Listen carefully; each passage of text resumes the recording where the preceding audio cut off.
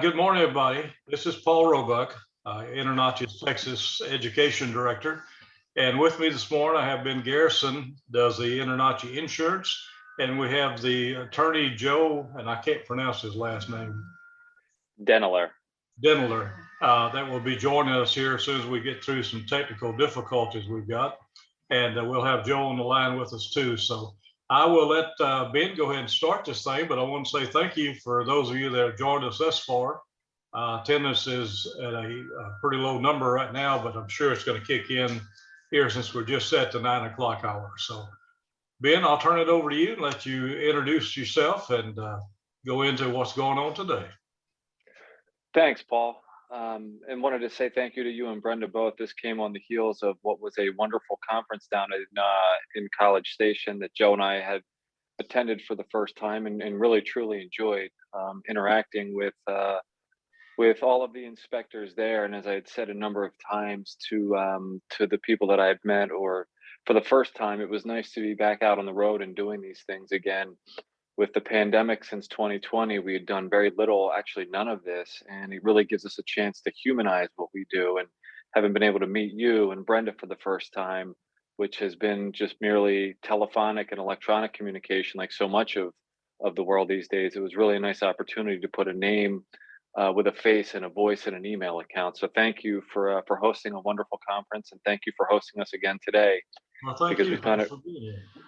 Yeah, we found it really beneficial to have a chance to speak with the inspectors that we did, and then have the session that we did. And I think it was enlightening for a lot of inspectors to learn about risk, to have Joe's legal expertise there, to be able to have a lawyer who's the best home inspection defense attorney in the country up there on stage, so to speak, and then here today too to discuss any legal issues, any question you ever wanted to ask a lawyer, ask an insurance company that you were afraid to, whether it's how claims are handled, what happens to insurance, the best type of insurance, how to cover yourself retroactively, how to cover past inspections if you retire, all these things that are critical points as it relates to managing your risks that oftentimes are overlooked. And sometimes when you overlook these things and you find that out the hard way. So this is what I hope would be a good opportunity to harness our experience and use us as a resource as we try and position ourselves in this industry to best serve the home inspection profession. Yeah, I think that's great, Ben. And you know, we're still waiting to get Joe online with us, but I think it's been I think that's an awesome communication that you're doing with the inspectors and the insurance program, and it's exciting. What you guys did up at the convention in Texas here was just unbelievable. Some of the benefits that you guys do and representation for the inspectors, and that's what we need. Someone that knows what the home inspectors go through, that can actually be a benefit whenever an issue comes up that we need to have solved. Yeah, and that's exactly what we try and be is a great resource for the inspection community. I've been insuring inspectors for 17 years now, and this is all that I've done for the past 17 years. And I've never, I've always just looked at myself or wanted to present myself as a resource for people. And of course, we have an incredible insurance program that we formed, our own insurance carrier, which is very unique in what we do and how we did it. And we did it because we saw a need in the market, and we saw too many inspectors getting burned by carriers that didn't know how to manage risk, because these carriers are far removed from the business, far removed from what you do on a day-to-day basis as a home inspector. And consequently, you're a profit loss mechanism to them, right? It's how do we get rid of claims? How do we deny claims? How do we do things in the most expedient way possible without taking into consideration what's best for the home inspector? And that's the gap that we saw, that we filled with our insurance program. Exactly. I think that's a great deal. I know you guys were talking, and I'll kind of lead you into a little bit of area here, Ben, if you don't mind. Sure. One of the things that you guys do is that you have attorneys that are familiar with home inspectors and able to represent us in claims that we may get out of a claim, or it may not be as severe as what it could have been. But I did notice that you guys talked some about the tail coverage. And in our industry, a lot of us, this has been our second or third career, and we've all got gray hair, white hair, no hair, and it's tough for us to consider getting out of the business. So, can you explain a little bit about what tail coverage is? That always seems to be a question that people ask. Yeah, in fact, I deal with that question on a routine basis because with the number of inspectors that I insure, it's across all age groups. A lot of it's new inspectors, but a lot of them are inspectors on the back nine, so to speak, and getting ready for retirement. And one thing that inspectors need to realize is that all home inspection E&O policies are written on a claims-made basis, right? So what that means is that a policy must be in force at the time a claim is made. So let's make that a practical application, right? Let's say, Paul, you called me, your policy's up for renewal, hypothetically here, and you and Brenda called me and said, you know what, Ben, we're going to retire this year. We're going to shut down the business. So what that leaves you with is all the inspections you've ever done for however long you've been insured. So let's say that goes back 20 years. So if you don't renew your policy, you have the option to take out what's called a tail policy or extended reporting period coverage. So that policy would cover you moving forward. You could buy it in a 1 year, 2 year, 3 year time frame, cover you for 1 year, 2 year, 3 years moving forward for all the inspections you've ever done. So you need to cover all of your past inspections for all the work you had for your trailing liability, because let's face it, someone could come back and sue you for an inspection you did 2 years ago, 3 years ago. Nothing surprises us in this industry anymore.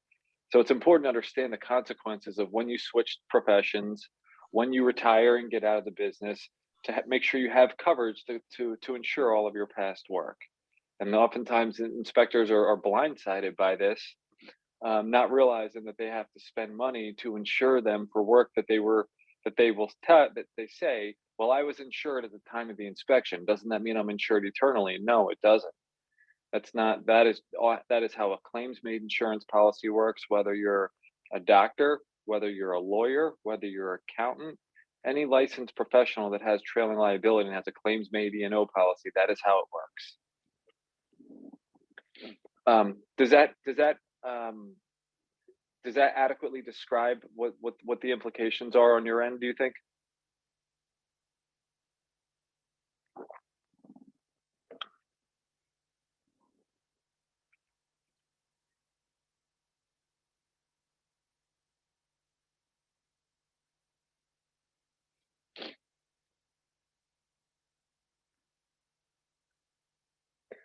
Paul, you still there?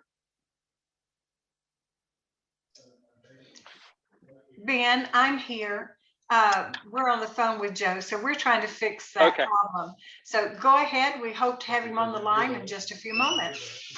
Okay. So on the notion of tail policies, and one of the things that the benefits that we had to the InterNACHI insurance program was we've provided a 5-year free tail policy. And then there's 3 major criteria to qualify for that. Number one, you would have had to have been insured through us for 3 consecutive years or longer. You have reached the age of 55 and you retire from the profession. And typically that means dissolving the business. If you have a family-run business and you're going to pass the business down to a family member, son, daughter, whoever, cousin, nephew, that is a different circumstance, and we would talk about your options there. But the 5-year free tail policy really gives a competitive advantage as far as price point goes from a big picture standpoint. So I think that's one of the nice features of that from a financial sense.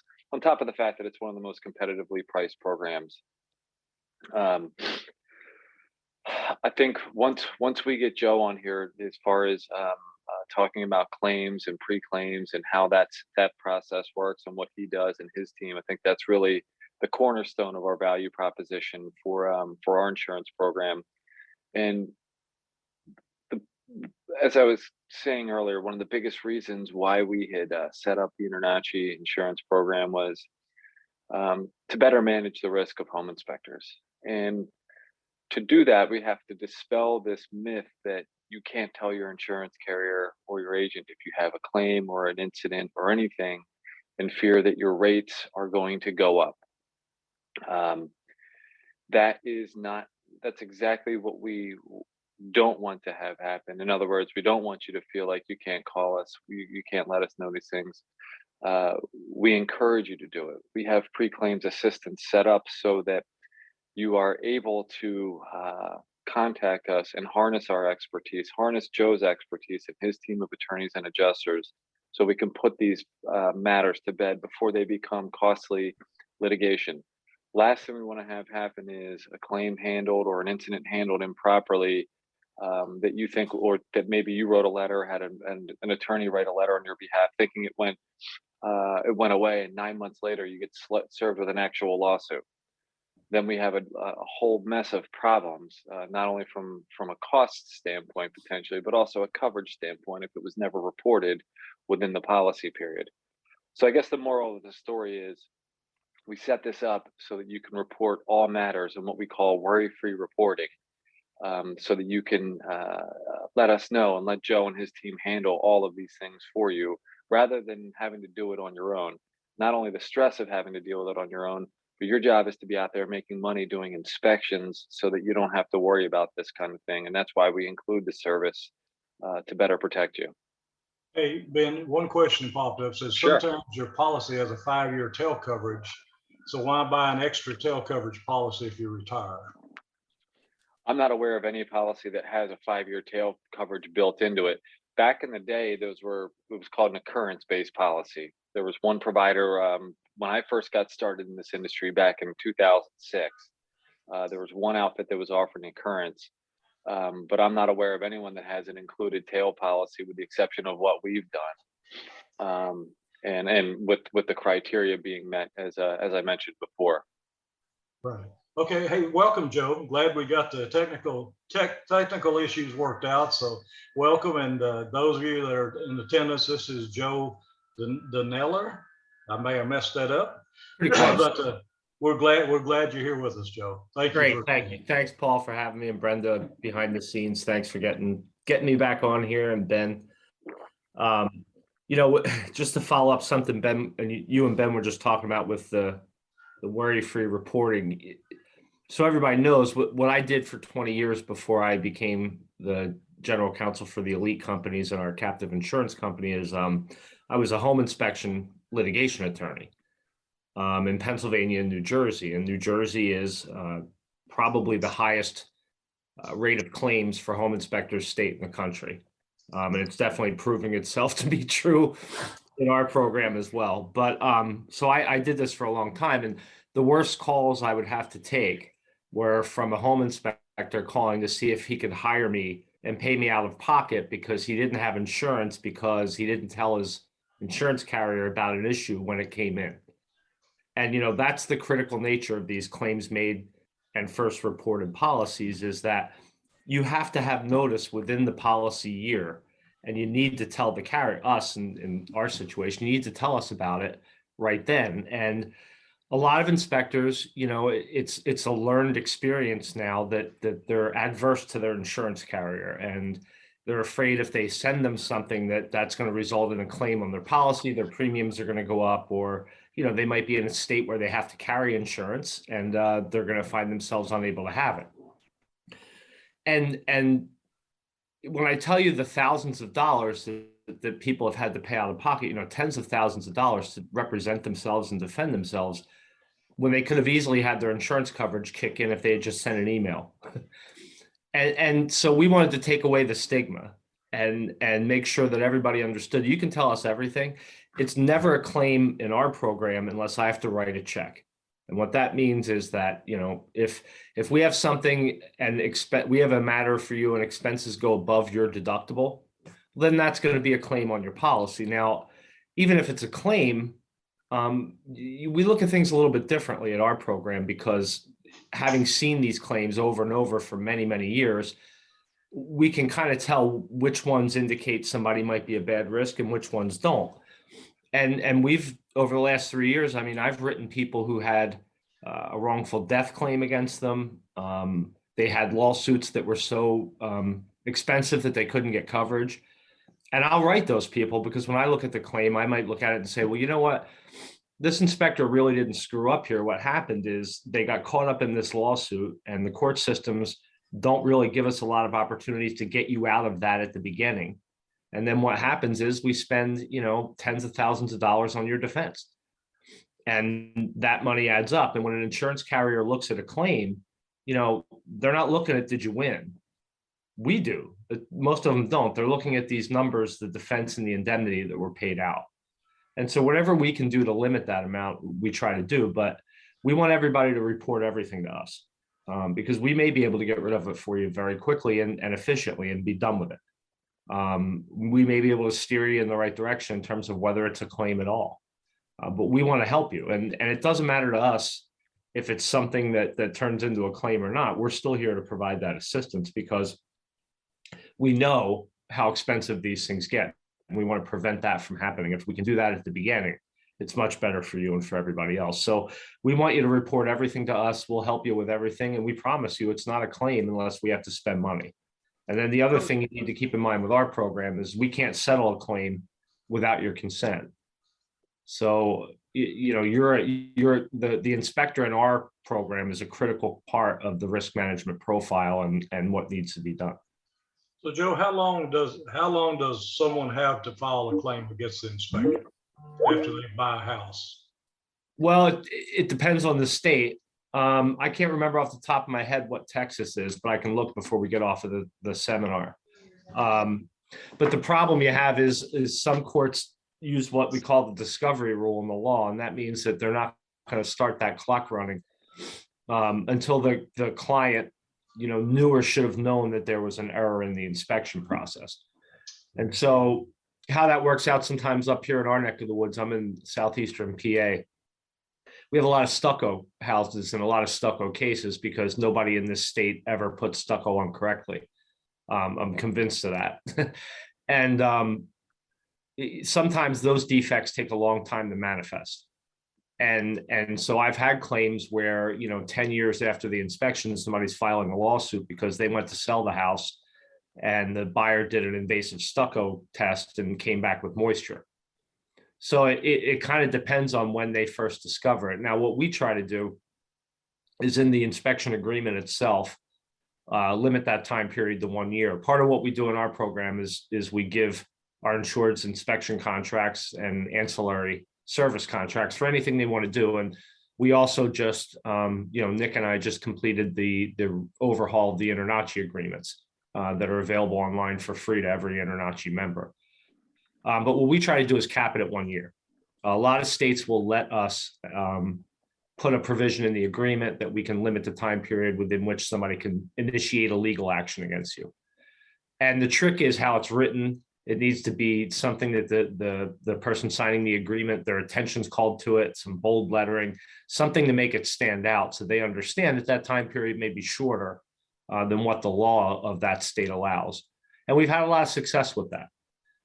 We generally, the argument to the courts is that so much can happen to a home, over the course of time that it's almost unfair to try to make an inspector defend themselves on a claim if a year has passed in the life of that home, because people are in and out of it, everything's being used, there's weather, there's all these other factors that can really change what that home might look like. And that home is an evidence scene, that's a piece of evidence for us in these claims. And so if the evidence gets degraded over time, it makes it harder for us to defend the case. Similarly, if somebody makes repairs before we've had a chance to investigate that hinders our ability as the defense team to determine what that case is worth and what should be done next. That's why when we talk to our insureds about claim response and risk management, we teach that you should, if you get a complaint from a client, you should get out there immediately. And the reason is because that evidence is eventually going to be changed. And I need that evidence to be able to know what the conditions were when you were at the site. And so photographs at the inspection definitely help me with that process. But if a client complains to you, it's important that you get back out there and preserve that evidence, because it might be, if you don't have a clause in your agreement or something, it might be a couple of years before that case comes to court. And by that time, the repairs are probably done. And if you don't act when you're given the opportunity to act by going to look at it, the court's not going to hear your argument later that they destroyed the evidence. And so that's why that kind of stuff's critical. And again, it goes back into that worry-free reporting. Is there's all these decisions. I have this, they call them decision trees. I have a decision forest sometimes in terms of how these things are done, depending on the multiple factors that could be in play. But if I have a condition that needs to be repaired immediately, that changes a lot of things in terms of how I deal with that claim, because I may want to get out there right away. I might need an engineer out there right away. I might need a contractor out there right away. Whatever the case may be, I may need to get out there, preserve that evidence, and make sure I know exactly what was going on there, so I can argue later about whether the repair methods were correct or reasonable. And so there's a lot that goes into that, get to us immediately concept, other than just the fact that it saves you from having a claim on your policy. Sure. Now, let me ask you this. I don't know if you or Ben, either one can answer it for me, but just to give you a little bit of a breath taken there. What types of claims are y'all seeing? This year, well, actually, 2021 was the year of the roof leak for us, and not so much in Texas. In Texas, we didn't have a lot of claims in Texas this year. The ones we had were pretty straightforward and vanilla. Most of them related to the structure. Some issue related to, I had several houses where there were telltale signs of a failure of the structure in terms of the doors were difficult to close, windows difficult to open and close, diagonal cracking out of doorways, and some sloped floors. And those kinds of things, the structure claims might not really present themselves dramatically when you get there. But when you add up all these little signs, and you start to say, well, maybe there's a system problem here in terms of the structure. So that was the majority of claims in Texas, but everywhere else it's been leaky roofs. We're definitely our big ticket item this year by far. And then I will say, unfortunately, we did have, I paid a lot of claims on the general liability side for inspectors who damaged the property or left the water running. We had a lot of that this year. And, I don't know, you can't pinpoint a cause in that kind of thing. It's an accident. What the reason we had so many, I liken it to, is because we have thousands and thousands of insureds, and you're going to have a bunch of claims like that when you have thousands and thousands of people that you're insuring, at any one day. So, but that was a big ticket item, and that's also not a fun call for the inspector to have to make. That, hey, I flooded a house and I'm going to have a claim here because I left water running. But for lack of a better cliche, that's exactly why you buy insurance. So we're there to help, and I'm going to tell you, we don't drop people for that kind of thing either. Those people will buy insurance from us next year. We will definitely give them a policy. Those things tend not to happen more than once in a career. That's good. Good points. We're talking about helping the inspectors. You guys see the claims made and the reports that go with those claims. Do y'all have any type of a literature where you give kind of report comments, things to do, say, not to say, not to do, that you could share with the group? Well, so you mean a particular pointer in that regard? I do have a couple of things for that. What we do is, I've been looking at these for so long that a lot of times I can look at an inspection report and pinpoint areas where a jury or an arbitrator or a judge is going to have a problem. Or maybe where things could have been more clear based on my experience. And understand, my experience is always the worst experience. There's nobody calling me and saying, hey, had a great day inspecting, Joe, thanks. My clients love me and everything went well. Those calls don't come my way. The calls that come my way are, hey, I got a problem, or hey, is this a problem? And so a lot of times what I'll do is I'll take the report and go through it, and I'm trying to analyze where the holes are, because I got to see what that claim is going to look like, in a year or 2 years from now. And I have to budget for that. I have to set reserves for that. So I look at that pretty carefully. And if there's anything in the report where I can say, hey, I've seen this play out in another case, here's what happened. You might want to fix it and make it this. And the thing that there's two things that pop out a lot with report writing in terms of claims that we see. One is how we report things that we might not be there to inspect. Now we have a lot of asbestos where I am. And so you might find an older house will have all the ductwork or the piping for the boiler system will all be wrapped in asbestos. Vermiculite insulation, we have a lot of that here. And so I'll see inspectors. Mold is another one. They'll come across something. Mold's an easy one to use in the example. It's a stain on the wall. Looks like mold to anybody who might see it, but we're not responsible for inspecting for mold. Now, I don't know any inspector that walks right past that and says, well, I don't know what that is, but I don't expect for mold. So, and just forget it. They're going to tell the client, I see something here that's abnormal. And some people are trained to say it's some unknown biological problem that you might need to be looking at or testing. And some people just say it might be mold. But the trick is how you report it. And you want to make clear to the client that just because you saw it here doesn't mean you're looking for it everywhere else. And because we get a lot of cases where our inspector will point out, a stain and say, hey, that might be mold, you might have it tested. And then they get a lawsuit a year later that you didn't tell me about the mold in the attic. And they want to make this argument that, well, once you told us about the mold, we just assumed you were looking for it everywhere, even though, I signed a 3-page contract that specifically said that you're not looking for that. And even though your report says that right in the very beginning, there's money involved. So now I'm going to say, I thought you were doing something differently. And understand, most people are good people, but when you're talking about money and they've been scared to death by a contractor or somebody else or a lawyer to tell them, you've got mold, this could kill your whole family. This needs to be done right away, or you need this repair done right away. They're going to say things or do things that might not be entirely truthful. And the mind has a way of allowing people to say things maybe a year or two later that weren't true, and they know it wasn't true. But so what I tell people to do in the report is to say, like I said, just because, keep in mind that even though I'm reporting this particular condition in this area, I did not inspect the rest of the home or any of the other systems and components for this condition. If you're concerned about this condition, you should have it tested or have it evaluated, and have the whole house evaluated for that condition. And if you do it that way, it's pretty much impossible for somebody to argue credibly that, wow, I didn't understand that they weren't looking for it in the entire house. The hazmats really give us a good example, like a lot of good examples of how to report things and how not to report things.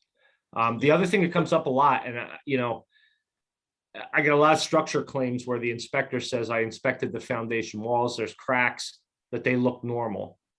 And then a year later, those cracks are opening further and further. I see that a lot with flipped homes, where they're dramatically changing the structure, which of course will affect the foundation. But nobody makes any changes to the foundation other than painting it to hide all the cracks. So I see that a lot in flip homes where we have conditions that the inspector sees now that don't appear to be significantly deficient, but in 6 months they're definitely going to be, again, because that house was so dramatically changed. And those are tough cases because, as the inspector, we're going to say, well, look, I mean, we called it out for what it was when we were there. We can't predict future conditions. But we do see a lot of flipped homes that the problems manifest themselves over time, and now they want to come back and sue the inspector. So let me ask you this, Joe, just to get your opinion on it. Say we're doing a home that is occupied, there's a lot of furniture and storage items in the house. How would you best describe an inspector to write that in his report or her report that we couldn't see behind those areas, we couldn't operate the plugs behind those couches or bookcases, we couldn't open the windows in those areas, we couldn't see if there could be possible damages hidden? How would you prefer to see that worded on the report? Well, you hit on several key things there, Paul, in terms of how that should be reported. And the primary thing is we have an overarching obligation to tell our client that, if there's any system or component in the home that would normally be inspected using our protocols, and we can't, that we have to inform the client of that, and that we couldn't do it. And I would add a couple other things. One thing I would add to that is that, if you want this, you should have all these areas or all these systems and components that are hidden or blocked inspected prior to closing. And the other thing I would say is take a lot of photographs of how that room is staged. And you should be taking pictures of every room in the house, just so you can get a lay of the land, because you're not going to remember a couple years from now what clutter was there, not there. But the other key thing you hit on there, Paul, is telling them what things they might not be able to see or inspect. And it's important to frame it for them, not just that the room is cluttered and inhibited by inspection, but here are the systems and components in this room that I was unable to inspect as a result. And so you mentioned the outlets, or it might be a window. It might be a closet door that's blocked for some reason, which would obviously be a huge red flag. But furniture and belongings are going to play a large role in what you're able to see and not see. So I would tell a client that, let's use the basement, or well, the basement's not good. Let's use a garage, right? The garage is the home is occupied, and the garage is filled with many personal items of the sellers, some of which are blocking or inhibiting my ability to inspect. And then now we get the variable, right? Is it the walls that are blocked? Is it the floors that are blocked? Is there ductwork you can't see? Is there an attic hatch, in that attached garage that you can't get to? And you want to tell them all those things. And I would tell you, in addition to telling them what you can inspect, tell them how that might work out. So I cannot get to the attic hatch that I can see at the top of the garage due to personal belongings blocking my ability to get there. As a result, I will not be able to inspect that area of the attic. Now, you might want to mention the systems and components that should be up there. You got insulation and ventilation, right? You're going to have the overall condition of the attic. You might have HVAC equipment there. There might be an air handler there.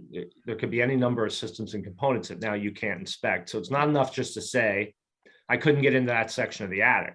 You need to tell them what things you might not be able to deal with or see as a result of not being able to get up in the attic.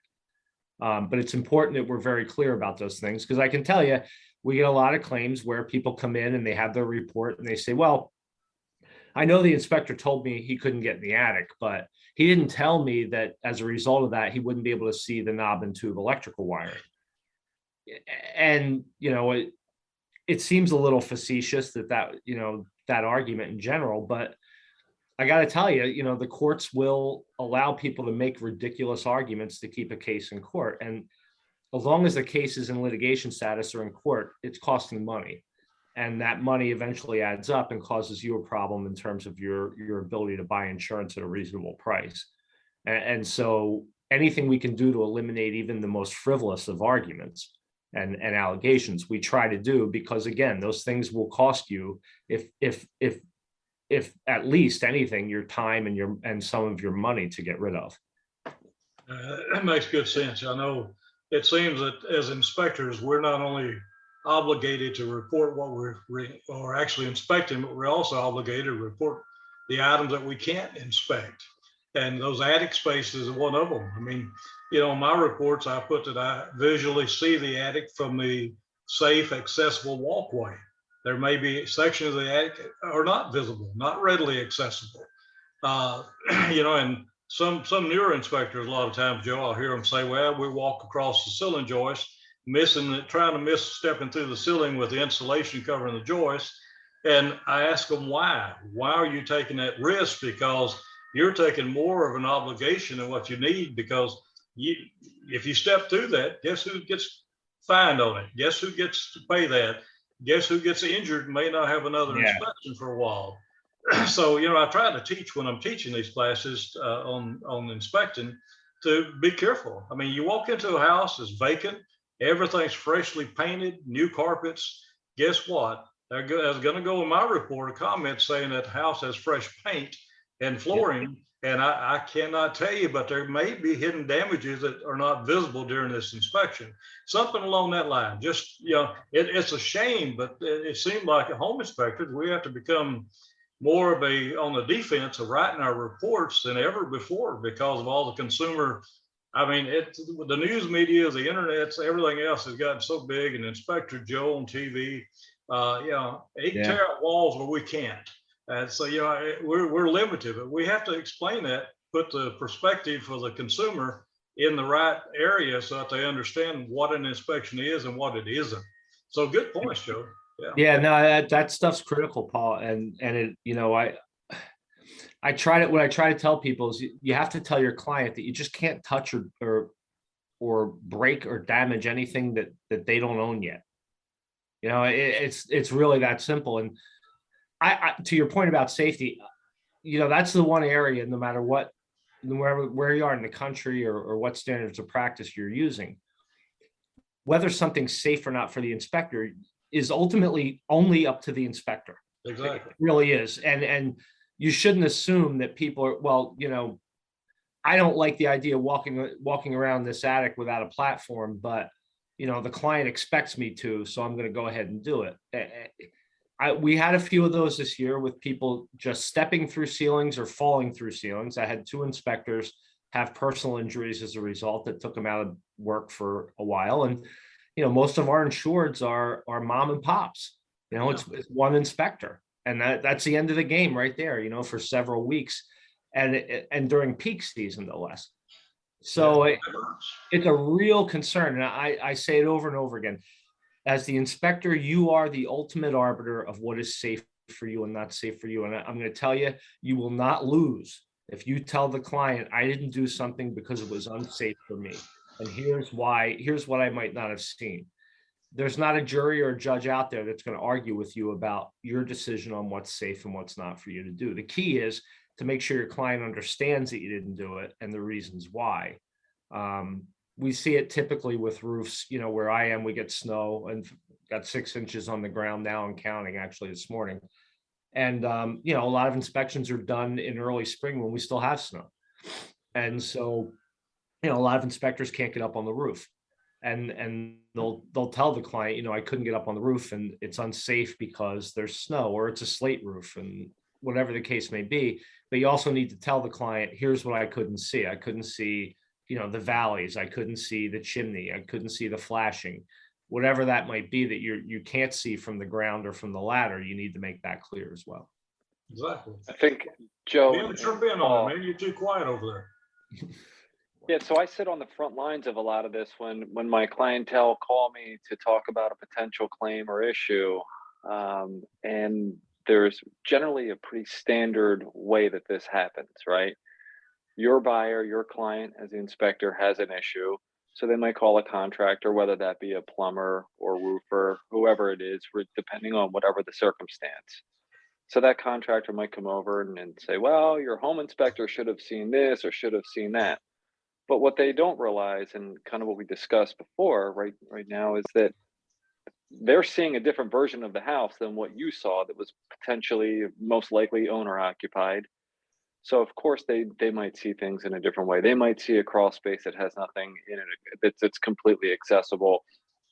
They might see a garage that doesn't have any obstructions on the floor where all the cellar's contents were, that has cracks that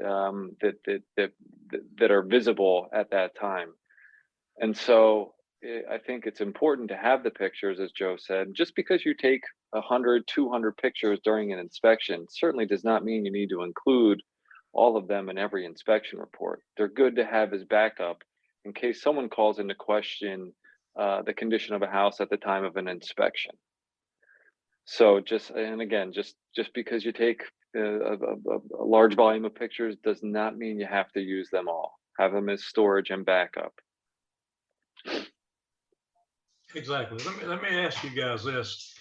We recently had a inspector in Texas a couple years back now that was inspecting a property, went in the backyard, and the people had a couple of rock wallers in cages, and he was doing his inspection, and all of a sudden the dogs got out of those kennels he came after the guy and attacked him. I don't know if y'all heard the story or not, but he got into the back door, everything except one leg.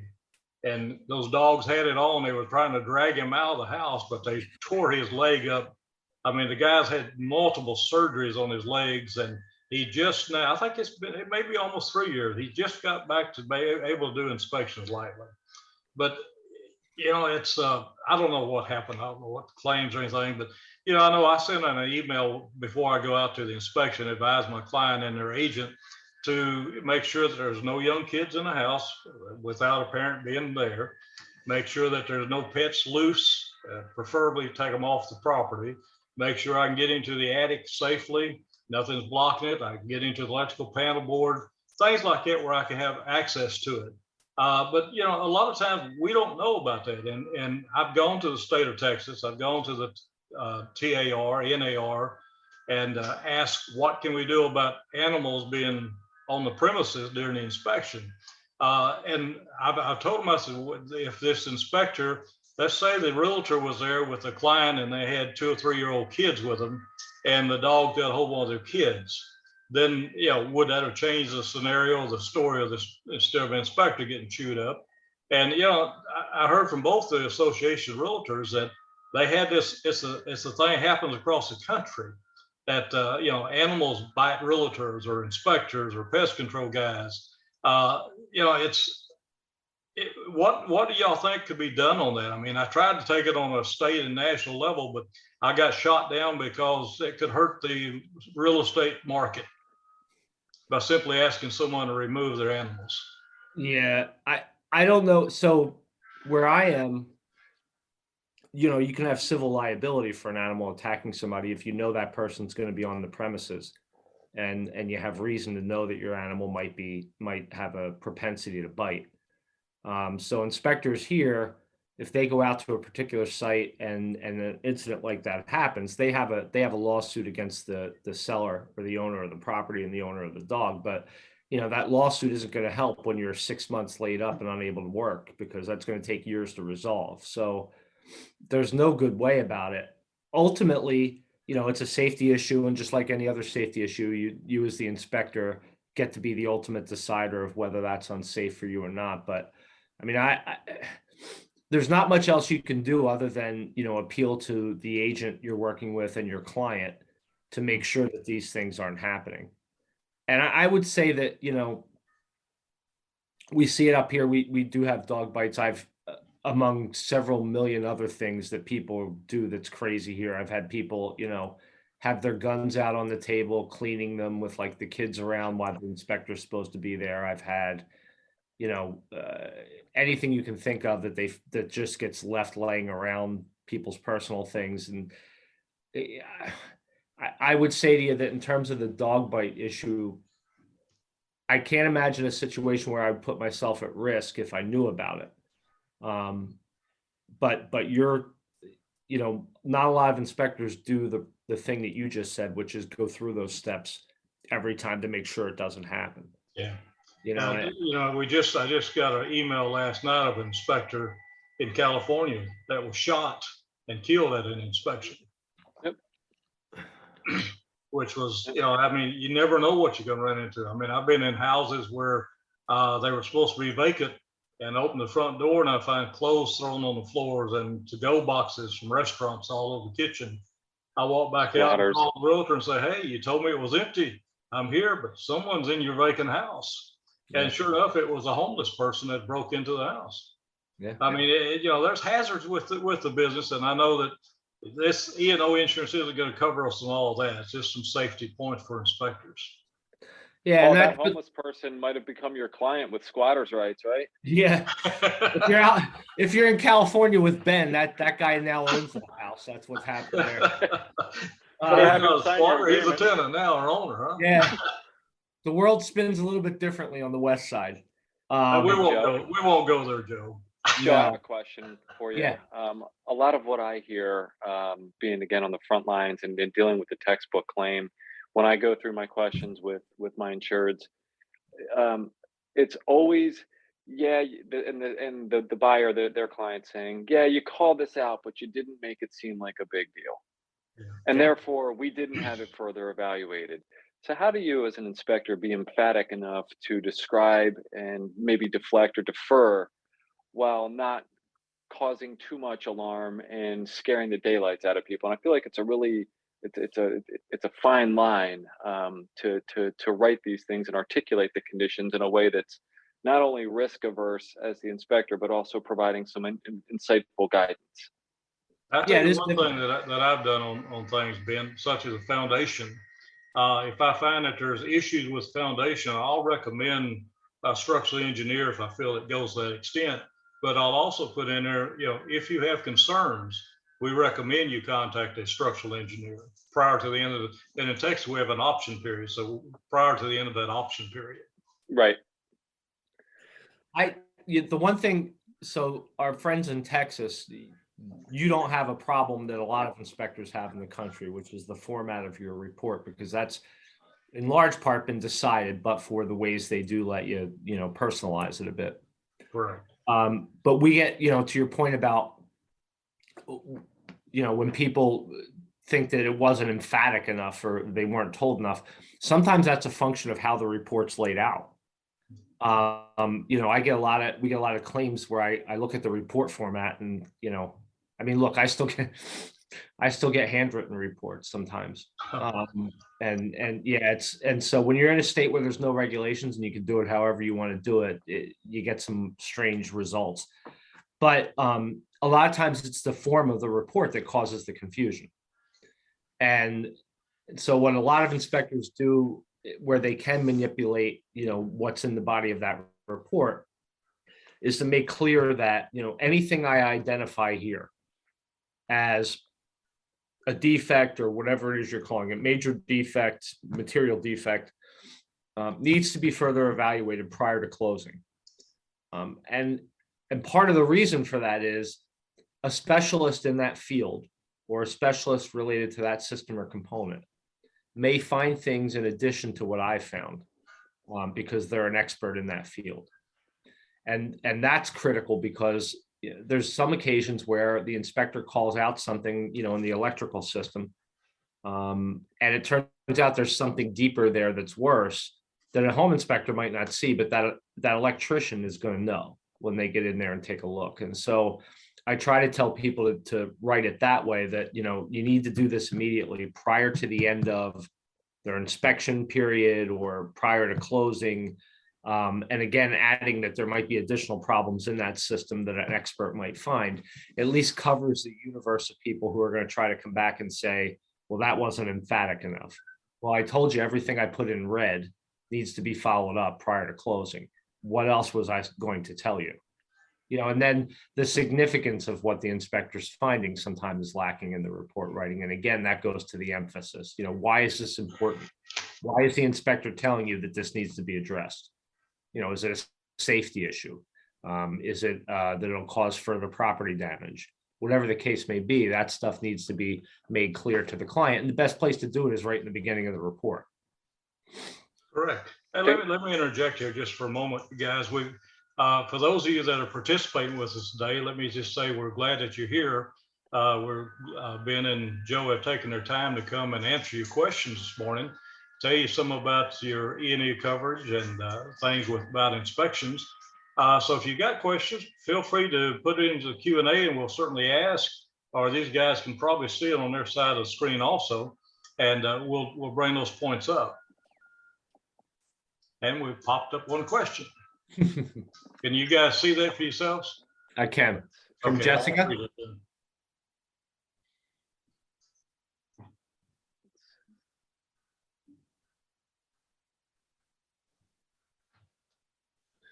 So Jessica has a question about whether if you have an LLC in Florida, in this example, can a plaintiff, suing you, go through your corporation and get to your personal assets? And so we call that in the law piercing the corporate veil. So there's two big reasons why you create a corporation, right? One is personal insulation and the other is taxes. And so when you form an LLC or a corporation or a partnership or whatever the case may be, part of why you're doing that is to shield your personal assets from liability claims against the business. Now, because most home inspectors are single operator businesses or family businesses, there are occasions where inspectors might, for example, pay their home utility bills out of the checkbook for the company, or pay the tuition for the kids out of the company, or somehow commingle those funds. And when that happens, then a plaintiff who's suing may be able to pierce that corporate veil, pierce that corporate insulation, and go after the personal assets of the inspector. Now, the question here, though, is, can they pierce your LLC veil if your home inspector license is registered under your personal name rather than being registered under your company name? I don't believe that makes a difference, at least not to my knowledge, unless there's some special nuance in Florida. And in which case I would defer to a Florida attorney on that opinion. I can tell you my experience, though. Most places, the license is under the name of the inspector already, and that doesn't make them personally liable. And I'm pretty sure Every that's state's for different. Florida too, right? With that, Is Florida license them Is Florida corporate individually. license individual, right? It's individual, and then Texas, for example, the track wants a cert that it's issued in the first and last name of the inspector. So it's different state to state. And the one thing when I'm always asked about insurance and LLCs, and because I'm not a lawyer nor am I an accountant, my answer is this: if an LLC would protect you and insulate you from any liability, leaving aside the insurance requirements in probably 30 states, our industry wouldn't exist. You wouldn't need it, because you would just set up an LLC and rely on a contract to insulate yourself if they were foolproof. There just wouldn't be a need for insurance. So that is a common question: is, well, do I need it if I have an LLC? And the answer still is yeah. Because if that was bulletproof, we wouldn't exist. There would be no need for us. That's right. Well, any other questions, you guys feel free to chirp in and pop them to us. So we'll certainly answer them as they come up. Gee, what else are we going to talk about, guys? How many? Well, so one of the things that we've seen, I think, a trend in 2020 and 2021 amidst this pandemic are relocation inspections. And I say that from a standpoint of people moving to Texas, like from where I am in California. People are moving to Texas, Tennessee, and other states, Idaho, Montana. How many inspections are being done without ever meeting the buyer, set up by the agent? And that goes into what Joe, you were saying before about writing reports. The reality of someone, let's say I'm buying a house and I'm moving from California to Texas, and I hire an inspector. I hire you, Joe, as my inspector, or you, Paul, and you give me a report saying, well, you need to hire a contractor, electrician to look at this. The reality is someone moving from across the country is not doing that. I'd say 90 to 95% of the people aren't doing that. They want the inspection done. They want to move. You're just another stepping stone in terms of acquiring their dream or their goal of relocation and buying another house. So how do we protect against that, if at all, with relocation and buyers that are buying property sight unseen, and the ability to develop rapport really being hindered in today's market? We've had some claims this year for buyers who, were never physically at the property. And I think there were I can remember three off the top of my head. And to give you an idea, we get about 200 claims a year. So it's hard sometimes to remember them all, but I know I had at least a couple where they were sight unseen, and there was at least one where the inspector did, commit an error. But for the most part, the other ones, the issue was really related to, the person not having been there and not having seen it with their own eyes. And so when they read the report, they really didn't understand the immediate need to have something looked at. And so it does create a problem. And the bigger issue, like you mentioned, Ben, is the logistics of the follow-up. If I was advising people moving, I would say you need to make sure, you hire an agent that is all about taking care of this entire process for you. because the home inspector is going to do the home inspection, but the home inspector is not going to be able to make the arrangements or have any responsibility to make the arrangements for all these other things that might need to be looked at as a result of the inspection.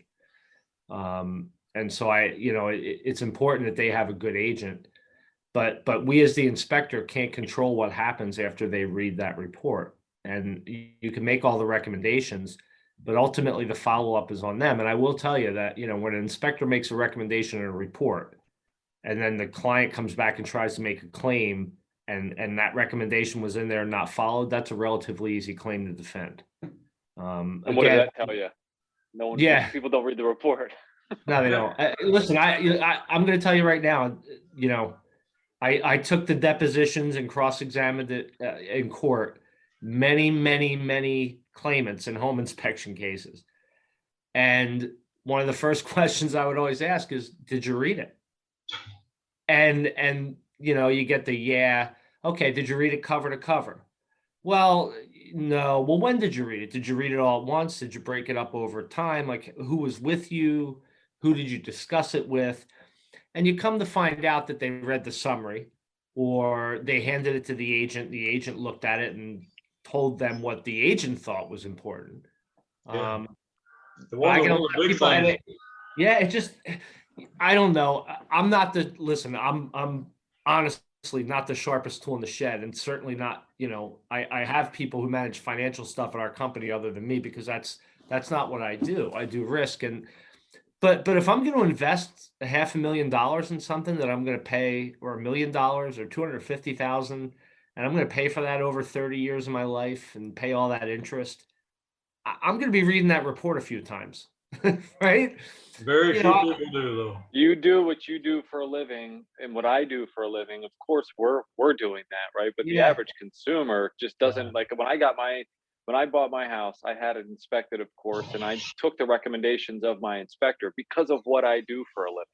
Right. And it scares the daylights out of me. And to your point earlier, Joe, like, no one calls me to say, hey, everything went great. They call me, and they call you when things go sideways. So we're jaded, right? And we have the advantage of doing what we do and understand the reality of what can go wrong. But consumer 101, I mean, people just want what they want. We check into a hotel, I could give them my firstborn daughter. We're consumers. We just want what we want. We bypass.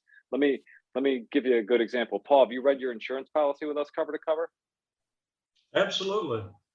First and last page. No, of course I did. You know what your limits are. So I just told you exactly the same concept, right? Inspectors aren't going to read their insurance policy cover to cover. Your clients are not going to read their inspector report cover to cover. And no, nothing is a problem until it becomes a problem, until you have to rely on the contents of what's in the report, what's in the policy, for people to really understand. See, Ben, you should have gave me a summary page. We did. It's called a declarations. I didn't read that. You should have called it summary. So where I can read it. See, Joe, I think there's a lawsuit coming up. See? Oh, there is. I'm going to be happy. I'm going to represent that wasn't the direction this was supposed to go.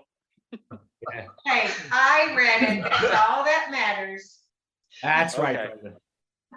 See, I don't have to read that stuff. She takes care of it. I'm just the inspector. That's teamwork. Hey, we had another question come up. Good, Paul.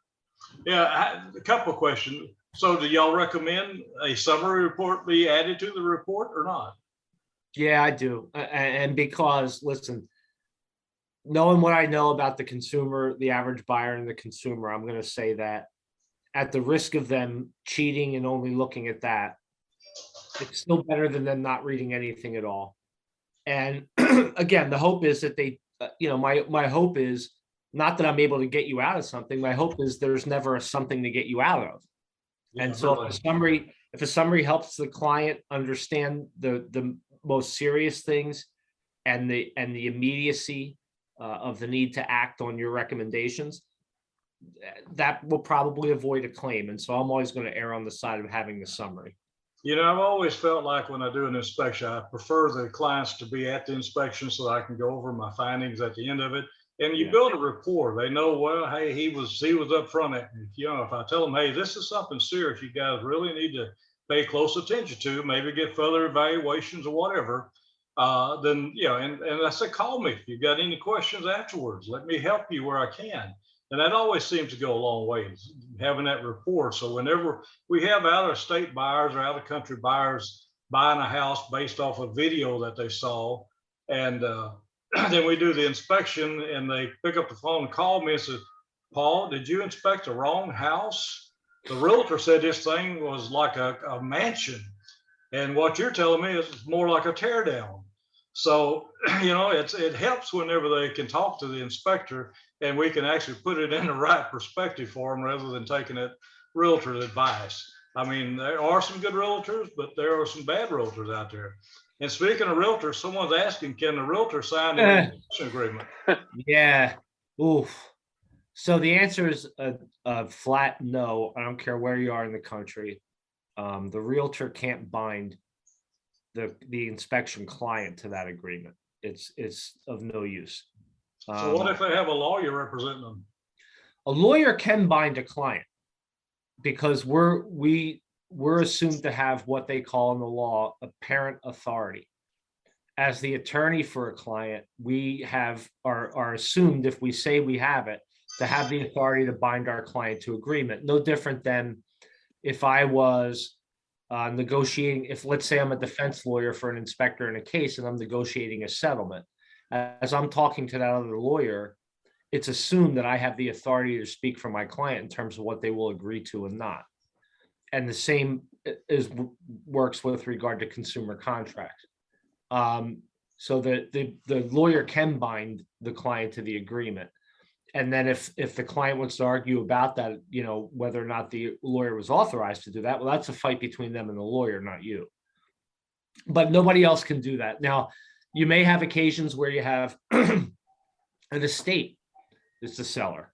In that situation, you would want I don't know if in Texas, they call them executors and executrix, or personal representative or a state representative, but that person can bind them. If you're doing it for a company, for an LLC or a partnership, then, the person signing the agreement needs to say that they're authorized to do that. You're not required to play detective.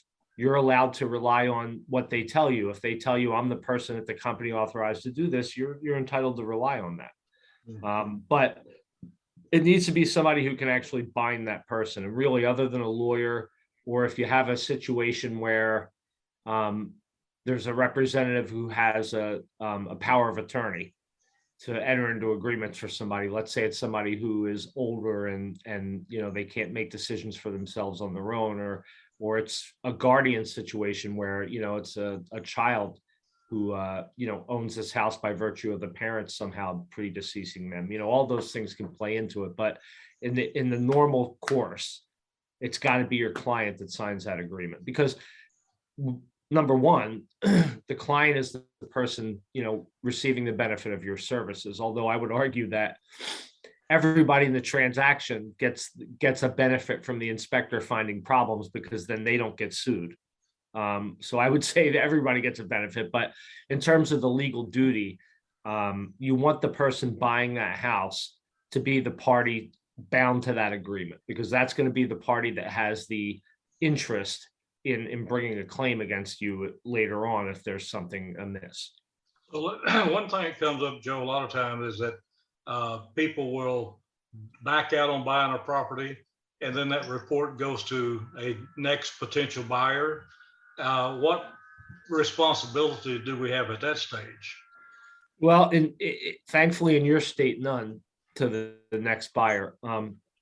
You're not, your duty is to the person who paid you and signed that agreement. And you can't help what happens to that report after you hand it off to your client. Now, in the agreements we just redid for InterNACHI, we have some provisions in there about third parties and what they're allowed to rely on and not. And, like I said, you can't really control what your client does with the report, or worse yet, I see agents using them, like, so a seller's agent gets a hold of the report, the deal falls through, and they've got the report sitting on the table. I just had a claim. This one's a doozy. So my insured inspector represented the buyer, and they produced a report, and there were several major issues. So the seller's agent posted the report on the MLS, and then added information to the report to say, like, this was actually reviewed and an expert said no, all this stuff, and it makes it look like the inspector wrote it, right? And so, and it's got the inspection company's name and everything right there on the MLS, making it look like my insured is now representing that all these problems were corrected. And so we had to, it's not a typical claim, right? Mostly what we deal with is somebody saying you did something wrong, right? That or you broke something. That's really our universe of things. And so this is above and beyond claim response and anything, but I couldn't leave I couldn't leave the insured hanging on that one. I had to respond, like, whether or not it's a claim or something I'm gonna have to pay money on, like, that it's ridiculous. And so we wrote a cease and desist letter and for the inspector to use as part of their risk management, because the idea is that that thing might get spread around even more, and they might end up with a bunch of claims that we have to hire counsel for just to prove that nobody else was allowed to rely on that report. But that's the lengths that people go to. I've had reports where I had in Pennsylvania, I had a client who has a very unique name. It's their company and only their company. They created their own report format that's very unique looking. And they call me one day and they say, hey, we got a call from this lawyer saying that we screwed up this inspection in Delaware and we don't work in Delaware. And he sent me a copy of the report, and I look, and there's some guy, and it was a realtor in the transaction was using their form that he got from somebody in Pennsylvania, was representing that these houses were getting inspected, and they weren't. Wow. So I'm gonna, listen, I've seen a lot of that, and the key is that at least for you guys, unless they sign your agreement, they're not your client. When you're working in a state that has laws and regulations, you'll notice in the TREC regulations, what they always keep pointing to or keep reiterating is, you need to do this for the client, and the client has a particular definition. In your case, it's the person signing your agreement. And so your legal duties end after that client, and certainly not to somebody who didn't pay you for your opinions. Now, I often get asked the follow-up question is, well, can I go sue my client if they hand the report out to people and I get sued by this third party and have expenses? That's a different situation. Some courts would say that report belongs to them. We put a provision in our agreement that, we don't want third parties relying on it. I recommend that inspectors put that right in the body of the report, is that, unless you are our client as identified, here, you are not authorized to rely on this report. This report was not written for you, and you should have your own inspection done. You should not rely on this report. But Joe, what if you copyright the report? Does that hold any legal standings at all? You can't copyright the content because it's not unique. It's available to anybody already. You can copyright formats of things, provided there's some unique quality of it that warrants protection. But you can't really copyright the content because you're not creating anything. The photographs depict an area that anybody can walk by and see, or anybody in the home could look at. And so I would say to you that it's probably can't be copywritten, at least as the content. Okay. We had another question here. It says the state of Texas authorized inspectors operate as an LLC in the past. They now require PLLCs. Should I change my CARP, the structure? And I don't know what Texas is doing. I didn't think the state real estate commission had anything to do with that. So maybe the state of Texas, I'm not sure.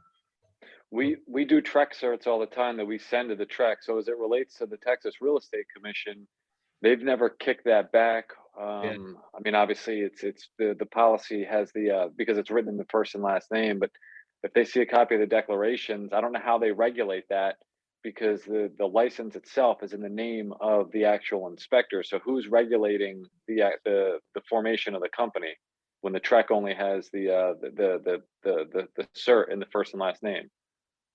Right.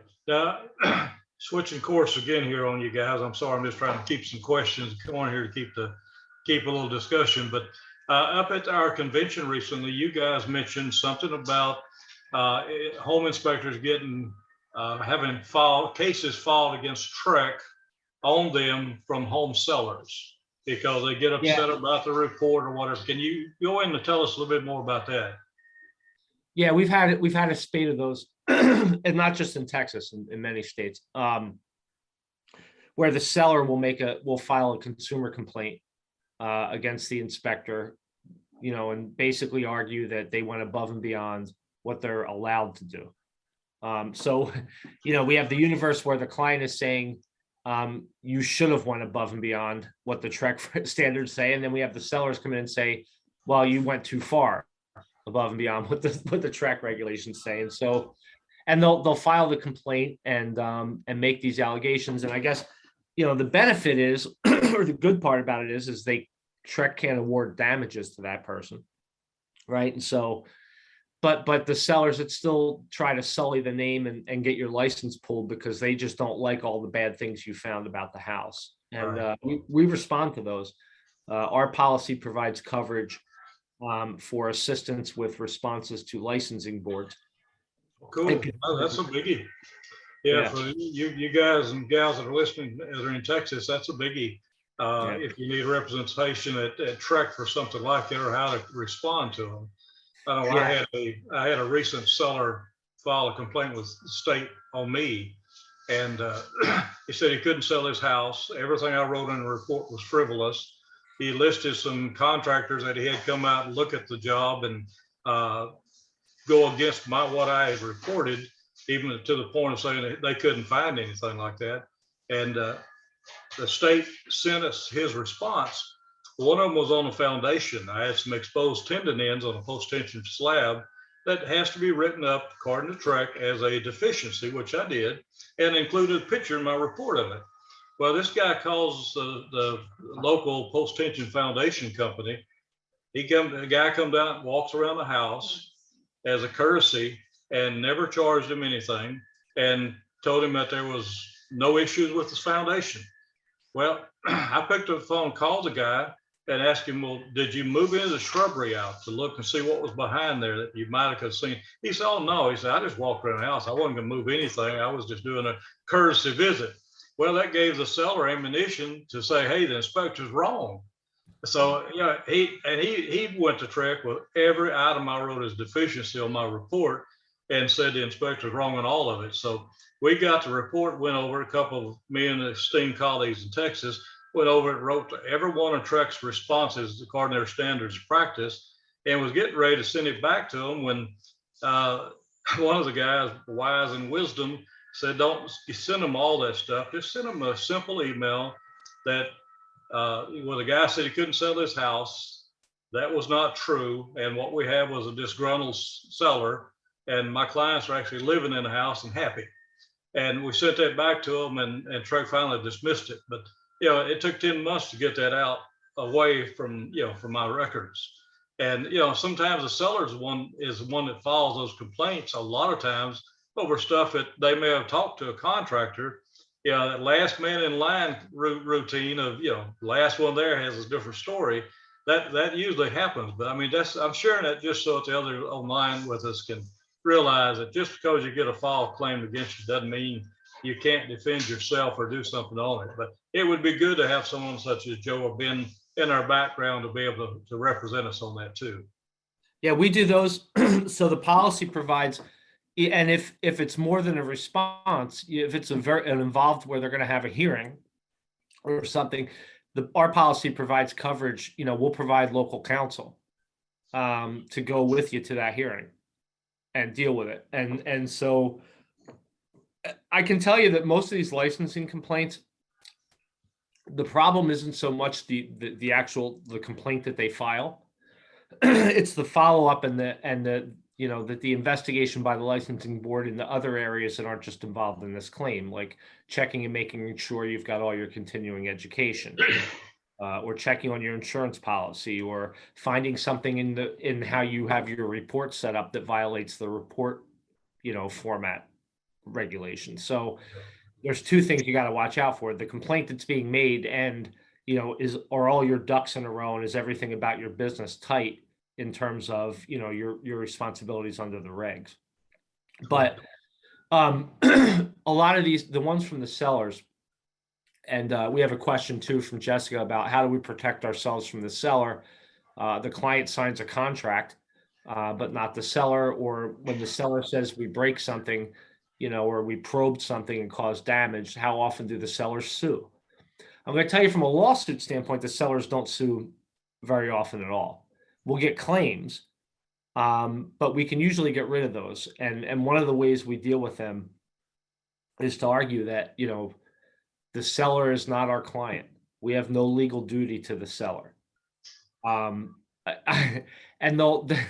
I have them try to make out these claims like the buyers are these unsophisticated people who've never been through the process. And usually, as it turns out, I had one recently where the guy's telling me, the inspector scared the buyer and made her, get rid of the deal, even though it wasn't really that bad. Well, it turned out that buyer was a sophisticated real estate buyer who also was a real estate agent and is in the business of flipping houses. And I call her on the phone and I say, I got to ask you, I got this guy, and it's in Tennessee, where, by the way, Ben mentioned people moving to Tennessee. Every litigious person in New Jersey, New York, and Pennsylvania must have relocated there. Don't forget California. And California. So New Jersey is, as we rank our states, when I was in as a lawyer doing insurance defense work, the insurance companies used to call certain places judicial hellholes. And what that meant was we weren't going to get a fair shake there. Near you folks, Louisiana was always considered a place where a plaintiff could get a lot of money in a lawsuit. But New Jersey's right up there. But somehow, we write insurance in all the continental United States, and New Jersey and Tennessee are my two worst claim states. And I can't figure out why Tennessee, other than people relocating there. But the question about how often do sellers sue, it's very rare. Mostly they'll either file a claim with the state agency, or they'll make a demand that the inspector, pay them the difference between a sale or their carrying charges because they had to go a couple extra weeks. But I've never had anybody win one that tried to argue that the inspector did more than they were permitted to do. It just usually turns out to be completely frivolous. Unfortunately, if they do file a lawsuit, we have to hire an attorney and respond on your behalf. Even if it's frivolous, we still have to do that. But it really doesn't come up that often. Now, one way to avoid a seller making a false claim that you broke something is to photograph. And again, that goes back to taking pictures of how the house looks, right now. Because I've had situations where sellers have said, hey, the inspector didn't lock the door on the way out. And now, it's always like a priceless family heirloom that's missing. Or when something breaks, it's always like this, a thing that can never be replaced in the world. And no amount of money would satisfy us. But if you give us 10 grand, we'd be satisfied, and so what I tell inspectors is, part of your defense of yourself is to take really good photographs of how the room looks and all the things in it. I also recommend inspectors, when you're leaving, if you're going to a home that you're getting let in by a lockbox, and the seller's not home, and their things are there, that you photograph the door getting locked on your way out. Because I have had a number of claims where people have tried to say we, had things stolen because you left the door open, and it was always some crazy, well, it's jewelry that I didn't have a list of somewhere, but it just turns out to be worth 10 grand. Like 10 grand seems to be the running number that people want to get out of an inspector when they're a seller. But yeah, unfortunately, in the world we live in, we have to do all these things. The other thing I'm going to tell you is you always have to assume that you're being videotaped when you walk in a house, whether it's a Ring camera or, the home security or the nanny cam. Or, if you're like me and you spoil your pets rotten, I have, a pet cam. You got to assume you're on camera. Spoiling yourself. Yeah. No, yeah, that too. But you have to assume that you're going to be on camera as well. And so, you need to take photographs and need to make sure you behave appropriately when you're in the house. And And also be aware that you may have a personal phone conversation that might be getting picked up and recorded somewhere in there if the house is vacant. Yeah, the other thing we're talking about that, Joe, and Ben, is that you may not want to discuss that report details in the house because of just that. Yeah, a lot of times I'll ask them if they'd like to step outside of my office, and I'll open my tailgate of my truck and discuss the report with them. Yeah. Yeah, you really have to, you just have to assume that's the case. And you know, if you've seen the thousands and thousands of like FedEx videos where the driver's flipping something out of the truck at like 50 miles an hour onto somebody's porch, and you say, you know, wouldn't people think like there's cameras everywhere now? Why? But they don't. They forget. They don't think about it. No, Got another question. So if the buyer's not present, should we collect payment directly from the agent that pays us from their own account? Should payments come from our clients only? In terms of risk and you know, claim and whether that, you know, voids the contract or anything, it doesn't. People can confer a benefit on, you know, on behalf of somebody else, and whether or not the agent writes the check, and when it happens sometimes when the agent gets reimbursed at the closing, that's not really as important as who signs the agreement. And you know, we have occasions, I'll tell you, you know, my oldest daughter and her husband were buying a house, and you know, part of what I was helping them with was the inspections. And so I was, you know, paying for those, and it doesn't affect the fact that they signed the pre-inspection agreement for that inspector. Ultimately, as long as the client signs the agreement, it's not really important where the money comes from, although I have to pull up the ethics guidelines for Texas. There may be a provision there about accepting payment from two people, or it would be more problematic if it's the seller writing the check, obviously. But I don't have a problem with the agent writing the check as long as the client signs the agreement. Speaking of the agreement, when do you recommend that agreement be signed? Well before you start that work. And I'm going to tell you the best practice. You know, we live in a world now, if you're using something like ISN or a lot of the report hosting companies have like a system in place where that agreement's automatically sent out. And so there's two critical elements here. The first is, when do you get the agreement to that client? And I'm going to tell you, as soon as your appointment's made, you need to get that agreement out to the client. We have email, you have people faxes, whatever the case may be. You need to get that out immediately. And why I say that is because you want to give them as much time as you can to have to read that contract and appreciate the agreement they're making, particularly when you use limitation of liability or liquidated damages clauses in your agreement, right? And you know, they still work in Texas. There's good case law on those, and we've had a lot of success enforcing them. And so, if you have a provision like that that really caps somebody's ability to bring a claim against you, it's imperative that they get that agreement in enough time to read it and appreciate it, or you know, go over it with an attorney or whatever they want to do before they sign it. And then the second step is the timing of that signature. And I'm going to tell you, your best practice is to not do any part of that inspection until that agreement's signed. You know, we don't live in a world today where everything has to be wet ink. You know, they can DocuSign. You can use a number of different ways to get that signature from somebody who maybe isn't there. But it's important that you get it signed before you start any of the work. And I always, when we do these live, I hear a lot of groans in the audience when I say that, and I understand it. Is that more often than not, the inspector is the only person on time for the inspection, and you're sitting there twiddling your thumbs, and you might have other appointments that day and other clients that you take care of. And so you may want to go do the roof while you're waiting for everybody to get there. It's fine if you already have the signed agreement, but if you're going to have the client give you the signed agreement at the site, you should not start any work until that agreement is signed. Yeah, I've always used that same principle in my business. I had a commercial job I did, and it was an attorney representing the client on this property. And he gets there and he brings me my agreement because I had sent it to him earlier, but I hadn't yet received it. So There he walks in the door. I meet him and ask him, does he have my agreement? He said, yeah. He said, I got it, but I'm going to strike through a bunch of this stuff because I don't want to agree to it. I said, well, if you strike through any of the stuff on it, you and I aren't going to be doing an inspection together. He said, but you're already scheduled. I said, I don't care. Without a signed agreement, I don't do the work. And he actually told me after, he said, well, there's some parts in your agreement. He said, I sue home inspectors.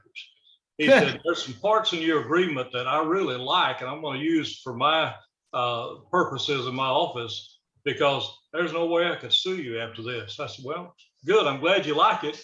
And it's nice meeting you. See you later. Yeah, exactly. Yeah, listen, I'm going to tell you again, I hate to be the person to say turn down a fee. I really am. I grew up in a small business. Like, I know that every dollar counts. But there's some there's some things you got to draw the line in the sand on. Yeah. And your agreement is probably the first part of that. That and your safety issues, right? Those are two things that should not be compromised. And we don't care.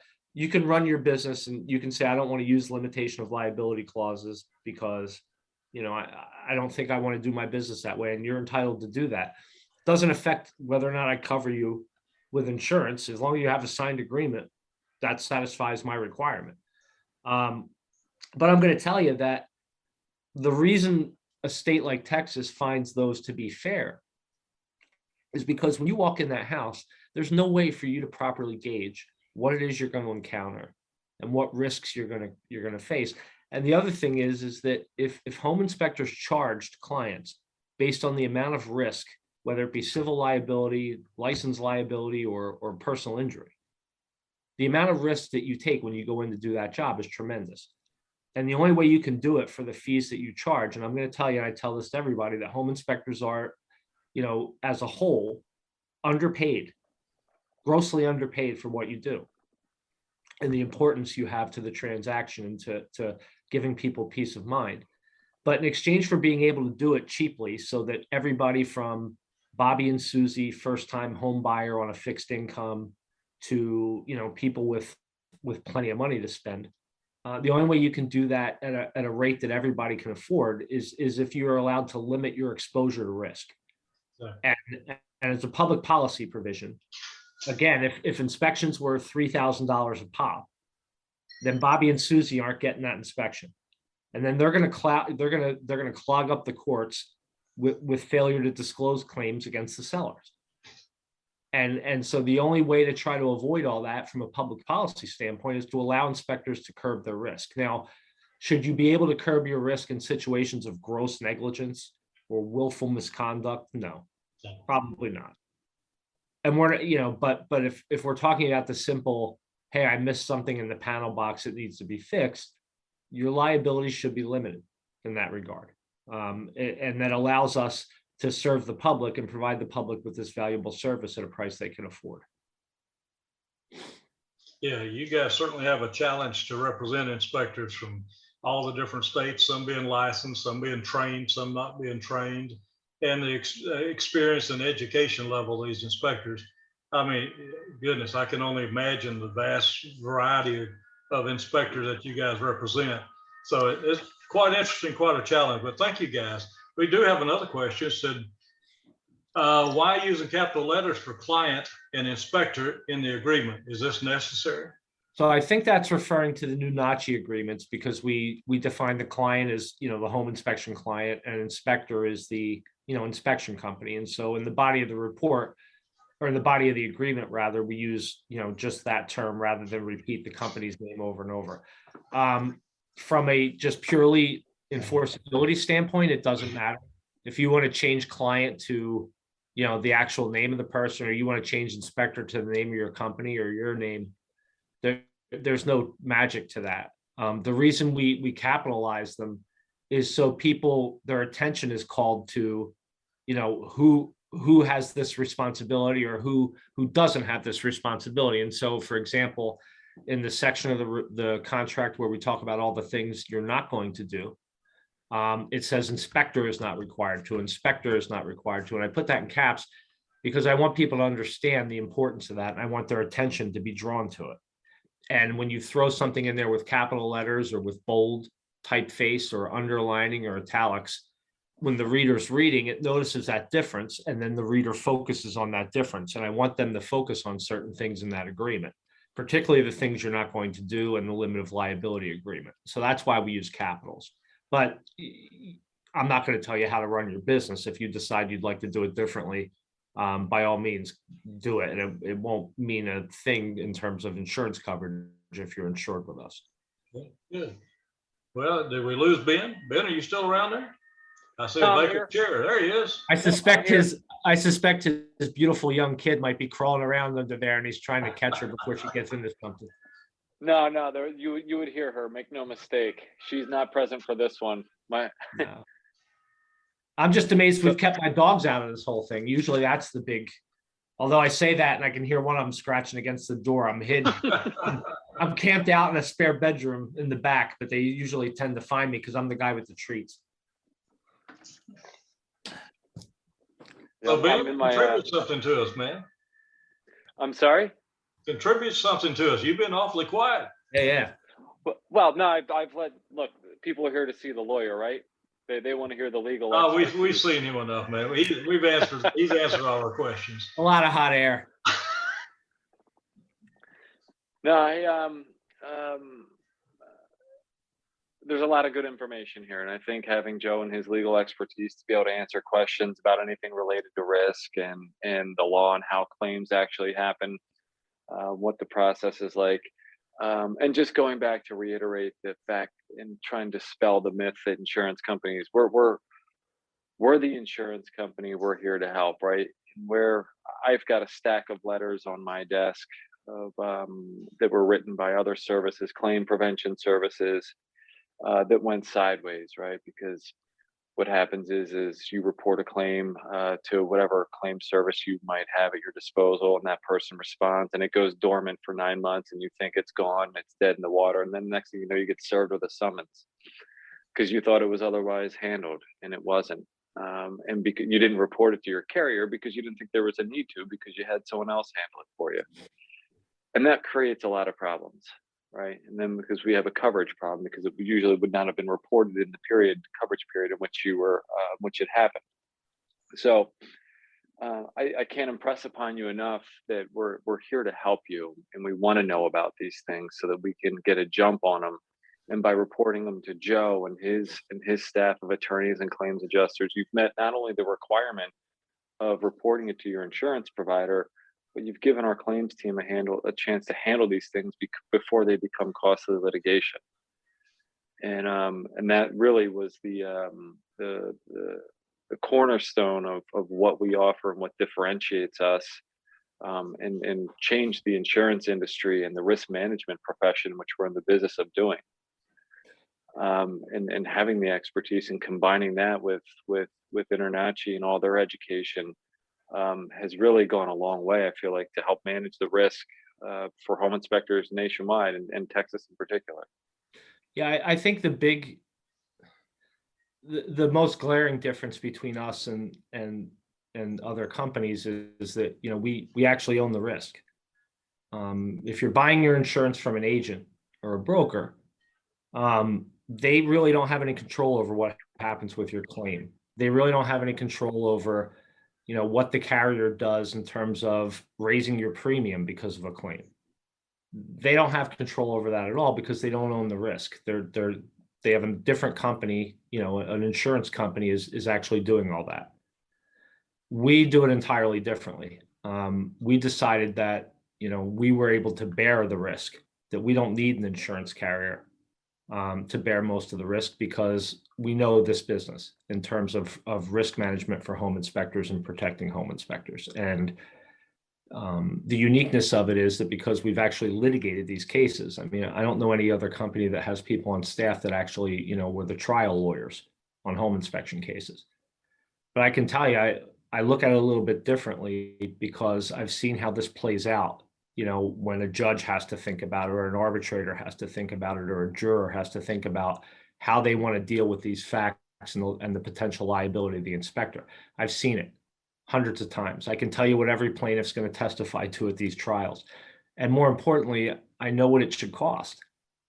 And, because I was a defense lawyer for all those years, I was budgeting these claims when the carrier would send it to me. And I did work for the other companies that write that sell you insurance. I was the attorney on a lot of their programs. And so I can tell you that, I know where the money gess spent. And unfortunately, a lot of times it's in the defense lawyer.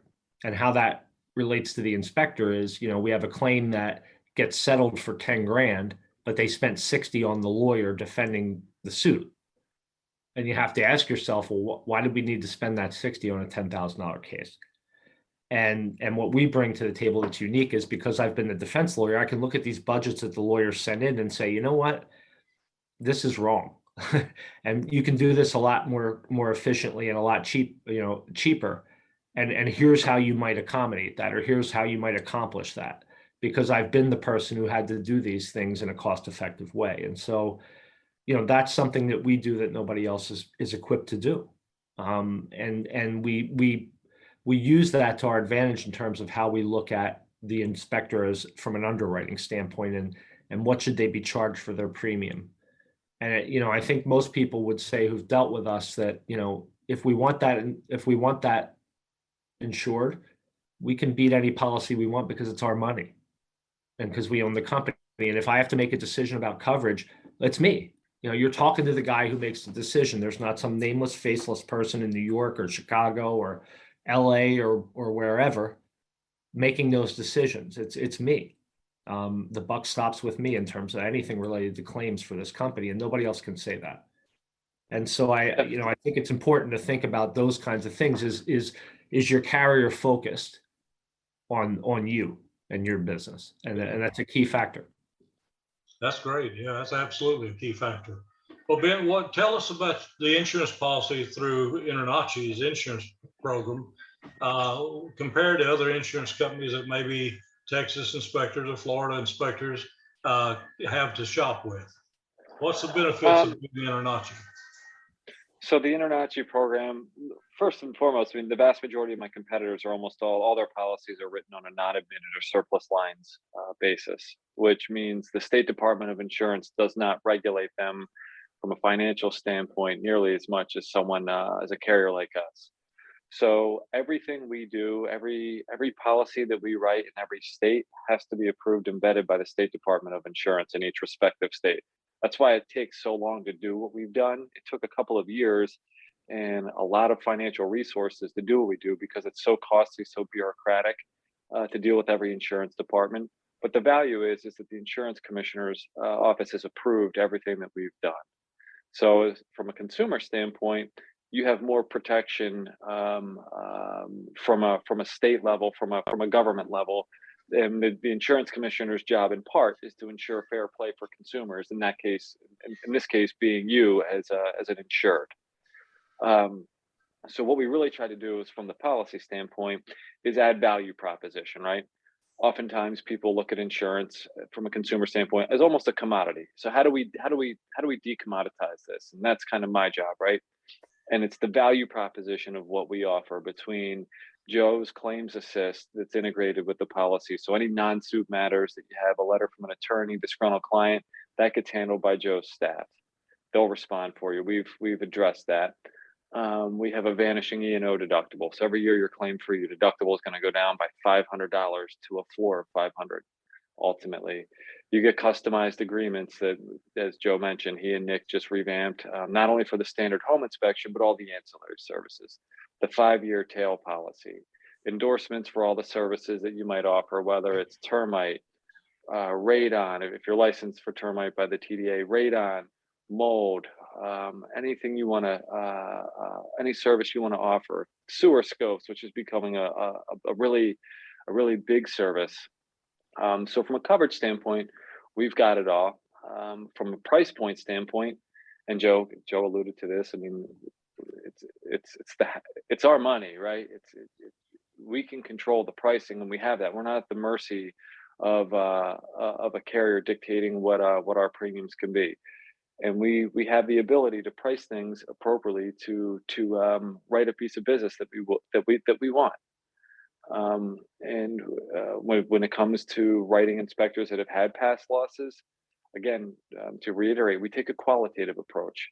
When we see a loss run report that shows a hell of a lot of money spent on legal defense costs and a minor amount spent in settlement, then the radar goes up. That gives us, a sign to look more into this, to see what happened, because we've seen so many examples of inspectors getting railroaded. We've seen so many examples of other insurance providers mishandling a claim. And instead of looking at just a loss run report from a strict number standpoint of a $100,000 loss, we dig into the data, right? Where does that money come from? How did they arrive at that number? What happened? Was the claim defended improperly? Should they have gotten out of it earlier? So we take a look at these things that no one else really does, and we're able to because we have the experience and the resources to do it. So I mean that, and also from an application standpoint, it's pretty simple, right? We have an application on the InterNACHI website. It's insurance.nachi.org. And you can apply right there. We'll kick you out a quote within 24 hours. And if you have any questions, I'm happy to walk you through it.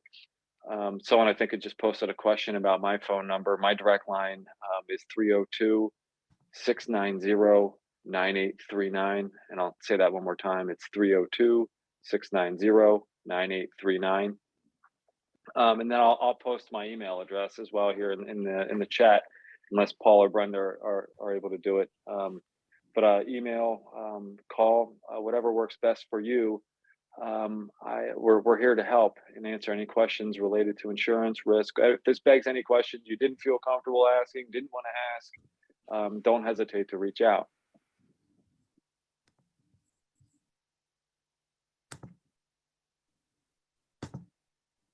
Yeah, I'm listening. I was trying to look up your email so I can put it on there. But if you've got it, I'll let you go. Just put it in the chat. My rant's over. My rant is over.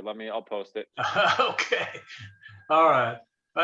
Someone said thank you very much for your help. We appreciate it. And in closing, I want to just say that I appreciate you guys being on today. And if I want to remind you, the convention that you guys enjoyed so much this February, we're having it again, or in January, we're having it again, January the 19th through the 21st, 23. Goodness, it sounds strange to say 2023, doesn't it?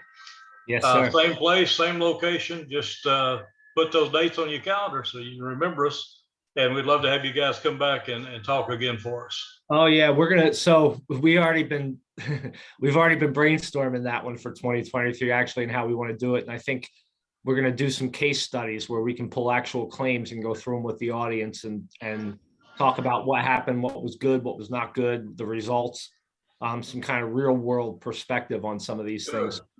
We'll be happy to be there. We really appreciated being invited today and when we came earlier in the month, and we just love working with everybody there. And we're here to help in terms of your insurance. If you need us, we're right here.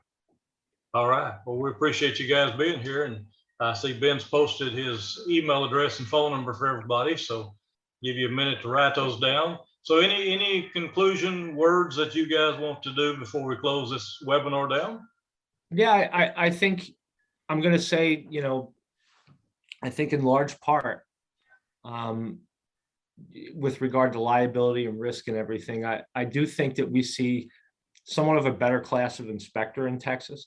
And I don't know if that's related to the regulation, the training, but probably because a lot of our insureds are in your group and they have the opportunity to do things like this. And what I'm going to say is, if you're an InterNACHI member and a member of this group or both, and take advantage of that, because there's a lot of inspectors in places where there's nobody around to have these meetings, or there's nobody they can call and say, hey, what would you do in this situation? And you really have a unique asset in terms of InterNACHI, in terms of PRIA, and in these kinds of things. And this is how you prevent claims, is you do things like this, and you keep an open mind and you keep talking about them. And so this is a wonderful tool for your members, you having these things, not whether it's Ben and I or somebody else. The idea that these things are available to people is huge. And so take full advantage of those things. But trust me, they do benefit you. We have data that proves it, that Good. Your involvement in these kinds of things will help you prevent claims. Appreciate that, Ben. Joe? Appreciate you guys being here. I just wanted to say thank you.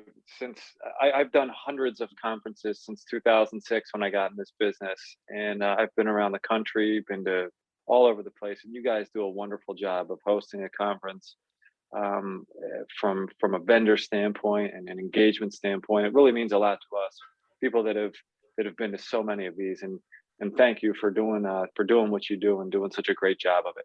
We really appreciate it. Well, thank you. Very kind of you. We appreciate the words.